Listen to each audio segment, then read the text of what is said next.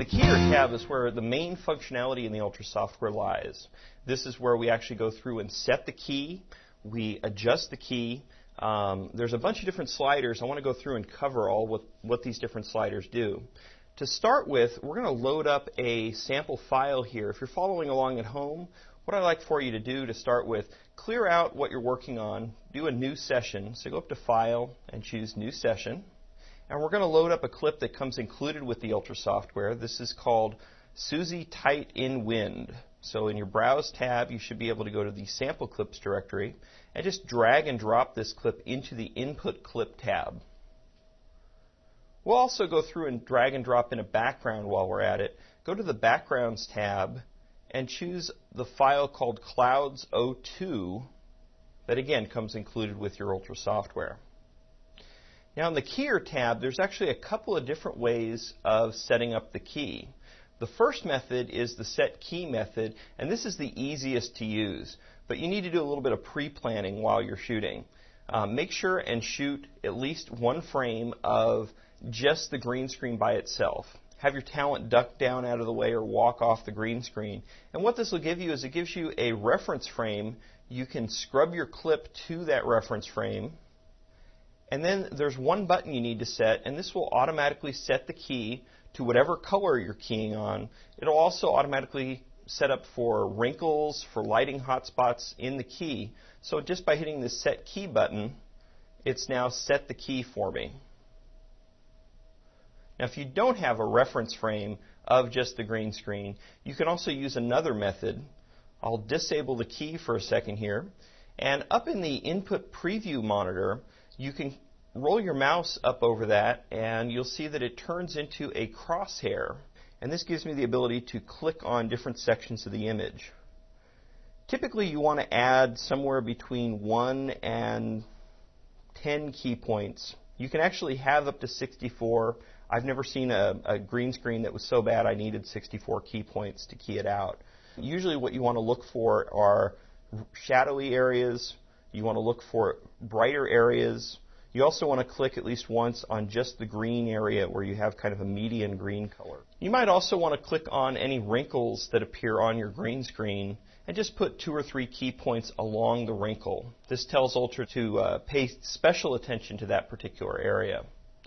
Once you've set your key points, you can hit the Apply Points button, and Ultra will key your image based on your points. You can also go back and add additional points just by going back to the input monitor and clicking on different areas where you might need a little bit extra attention, and when you click Apply Points, it's going to add those points to your key. If you need to start over with key points, just click the Clear Points button, and then that will clear off all your points and you can start over. Ultra can key on any color. In fact, it doesn't even really have to be blue or green. Those are still the best colors to key off of if you're trying to key a human subject. But let's say you have something that, like, you have a robot that you're trying to key. Maybe a fluorescent orange background would actually key better. Now, once you've set your key using one of these methods, the next thing you might want to do is use the sliders to make some adjustments to your key. Keep in mind that while we're making these adjustments, you can always come up and scrub through the clip or play back the clip at speed so that you can get an idea of exactly what the clip looks like. Sometimes keying on one particular frame may look fantastic, but then later on in the clip there might be one particular area where the lighting changed or the talent moved in such a way that it could create a problem with the key. So make sure and look at a wide variety of your clip just to make sure that the key looks exactly the way you want it to look. Now, the matte generation sliders are where you're going to want to start. The interface is designed to kind of move from left to right across these different sliders. The matte generation sliders are what actually adjust the edging and actually set the key, and so they're the most important sliders that are listed here. The start threshold slider is used primarily when you have kind of a washed out green screen and you might be getting some noise in the green screen itself. If your green screen is heavily wrinkled, you might see some remnants of the wrinkles still showing up in your background. And so by adjusting the start threshold slider, you can take care of that. All of the sliders work in that moving the slider to the left turns off that particular feature. Moving the slider to the right adds more of that particular feature. We'll show how that works a little bit more in just a moment. So the start threshold slider, once again, this is really designed to remove noise in the background. Too much of this slider, you'll start to remove your talent. So usually you want to keep this fairly low, someplace on the left-hand side of the slider. The transparency slider adjusts the overall transparency of the clip. And usually you want to use the transparency and try and keep the transparency as high or to the right as possible without having transparency in your subject matter. The highlight slider actually controls any areas where you might have like bright reflections from lighting, any of the white areas in the image that might be keying out just a bit. The highlight slider, if you move it to the right, it will help keep those areas. If you move it to the left, it will allow those areas to be keyed out.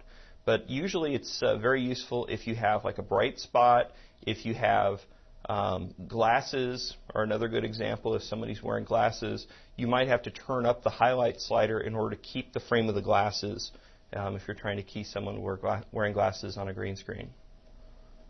The shadow slider controls the darker parts of the image. If you want to keep the shadows, move the slider to the right. If you want to get rid of shadows, move the slider to the left. The sensitivity slider adjusts how sensitive the keyer is when you're changing from one color to another. In other words, if your green screen has really harsh shadows or changes on the green screen from one shade of green to another, the sensitivity slider will help correct for that. It shows how sensitive the key is during a color change. The one time I use the sensitivity slider a lot is usually if I'm shooting footage on an analog source like a Betacam SP source. Oftentimes, if you're trying to key off of Beta SP, sometimes you'll see like this, like a harsh line along an edge, and sometimes that line will actually get kind of a color artifact to it when you digitize the footage and bring it in. The sensitivity slider can usually correct for that. Usually, I just bring the sensitivity slider as far to the right as possible, and that problem goes away. Now, the most important slider here in the matte generation is the alpha curve slider. And this actually adjusts the softness of the edging. Usually if you see a kind of a white line along the edge of your talent, that's because the alpha curve slider is not properly adjusted. The way I treat the alpha curve slider is usually I want to have this slider as far to the left as possible, but the way I adjust it is usually I move it all the way to the left and then start backing it back down again until I get acceptable edging within my talent. If you have flyaway hair, like this clip example that we have here, you'll notice that as I bring the alpha curve slider down too far, you start seeing kind of this gray, I don't know what to call it, gunge noise in the image here. And this is an example of having the alpha curve slider a little bit too low.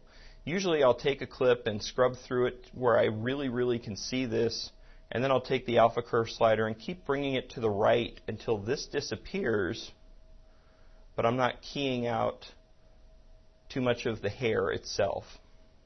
Same thing with edging. If you're getting kind of a white glow around your talent, that means you need to adjust the alpha curve slider. And the easiest way to do it is bring it all the way to the left and then back it off to the right until you've cleared up the problem.